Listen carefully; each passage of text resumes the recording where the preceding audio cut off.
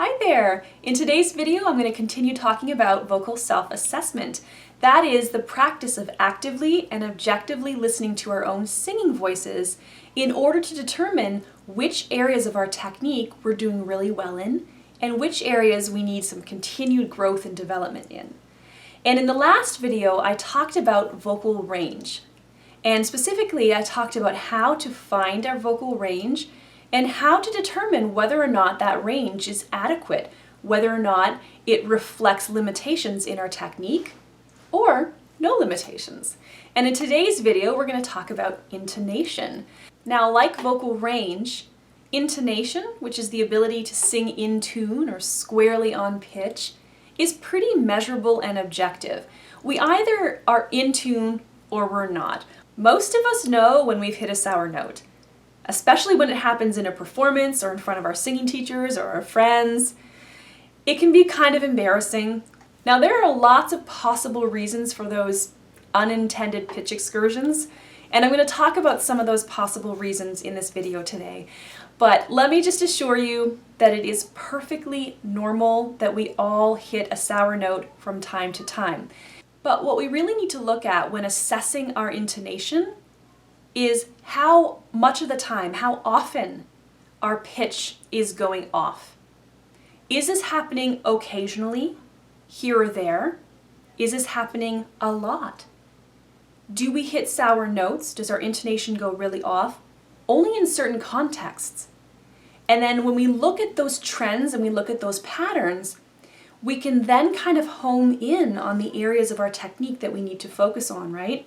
So then we can determine whether or not it's a situational issue, that in certain vocal situations this happens frequently and therefore I need to focus on developing that technical skill, or are our intonation issues a little bit more widespread throughout our singing and we therefore need to work a little bit more on things like our prephonatory tuning, that is how we shape our vocal tracks before we actually initiate our sounds, to work on our onset of sound, how we start the tone, to work on how we manage our breath, to look at how we shape our resonance.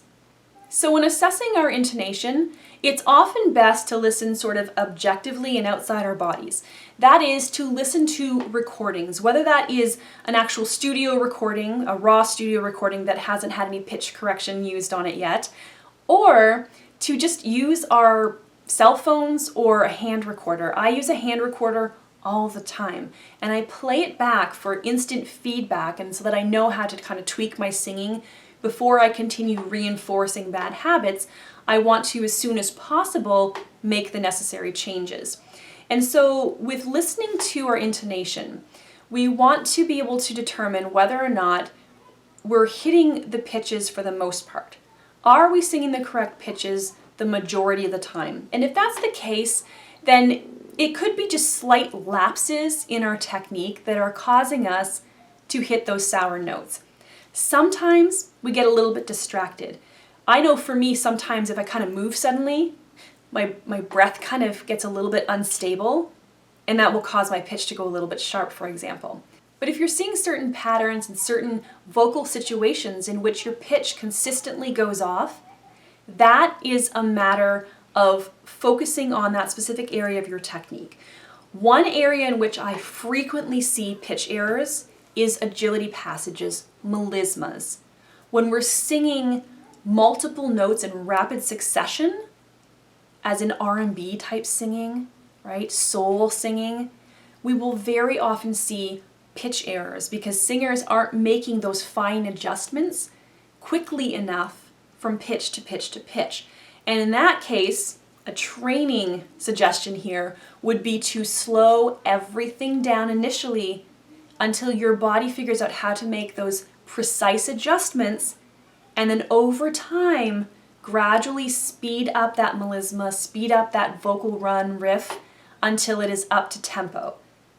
That's sometimes just a matter of our taking a little bit more time with the vocal phrase and not rushing to learn to get through the song, and just really focusing on those little trouble areas. Another area of technique in which I see frequent pitch errors has to do with those registration transition points. So very often what will happen is around the vocal registers where we have that register break, we will get pitch errors. So if you're finding that your pitch, your intonation for the most part is pretty accurate, except for around that vocal break, then that just means that you need to continue working on vocal registration. Work on improving your ability to transition between the registers more smoothly and effectively. If you're finding that your voice is, for example, going sharp consistently when you're singing ascending intervallic leaps, that is, your voice is jumping from a lower note to a higher note, and you find that you frequently overshoot the pitch and go a little bit sharp, that may indicate that you're actually using too much breath pressure and you're changing those breath pressures too rapidly and too much when you move from lower to higher pitch. If you're finding that you're hitting a little bit flat, that may be an indication that you're actually not connecting and you're losing that connection here with the breath musculature when you're switching to the higher note. And so some of that can be related to how you're managing your breath. Pay really close attention to that. As I mentioned earlier, sometimes just sudden movements can really cause our breath management system to not be able to make the rapid adjustment in time, and we may find that we get a little bit of a sharp pitch is often what happens, I find. Now for most of us, it's really easy for us to hear when our pitch is off by a semitone or more. Our ears pick up on that. But what I find is for a lot of singers, especially a lot of newer singers or singers who don't have a lot of music background, they don't play other musical instruments, is that those pitch excursions of only a quarter tone or less are a lot harder for us to pick up on. A lot of singers really haven't yet developed that ear, that fine-tuned ear, to be able to hear when that pitch is that slightly off. A really good example of this is when I was working with my first singing teacher 20 some odd years ago. I recorded a demo. I was trying to get some church gigs, and so I put together this little demo with snippets of about 10 different songs that faded in and out of the different songs, and I brought it to my singing teacher during a lesson, and he played it, and he just kept pointing out all the little pitch errors that I was making, and I could hear a few of them, especially on those little melismas, right?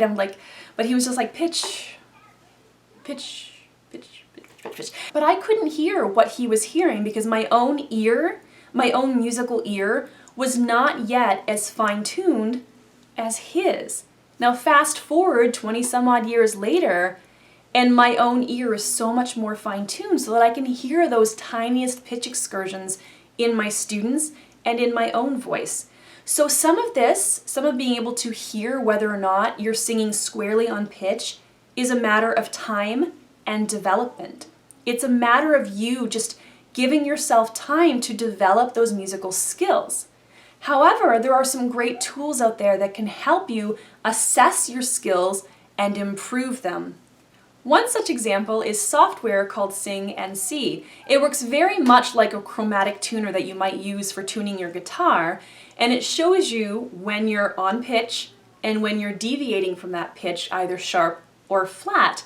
And it has a little keyboard, a piano keyboard stretched out along the side, and it shows you the pitch that you're trying to sing. It will show your voice in real time. If you have vibrato in your sound, it will show that, because vibrato is a little bit of a pitch excursion, right? It centers around the pitch that you're intending to sing. And it will show you how far off that pitch you are or how close to that pitch you are. And as you're singing, it will give you an indication of whether or not intonation is truly something that you need to focus a little bit more on. So it's not enough to just assess your vocal skills, right? You want to take it to the next level by improving them. If you find that you're pretty consistently off pitch in certain areas of your range or with certain vocal skills, certain techniques, then you can work toward improving that. One way is to be able to use a software, use an app on your phone that will play a pitch for you, and then you sing into the microphone, and that it will tell you again whether or not you're on pitch, whether you're sharp or flat. So then what you can do is you can slightly raise that pitch or slightly lower that pitch until you're squarely on pitch. However, we can't just stop there with being able to correct the pitch in that moment, we have to then start developing our ear. We have to start listening to that tone and starting to hear how our voice is blending with that played tone, with the tone of the instrument that's playing. That's the most important part, is learning to be able to change how you hear and learning to be able to hear when your voice is blending, melting with that pitch. All right, I'm out of time for today, but stay tuned for the next installment in this vocal assessment series. Please take a moment to click the thumbs up button if this video content was helpful, and also please consider subscribing if you haven't already done so. Thank you for watching and happy singing!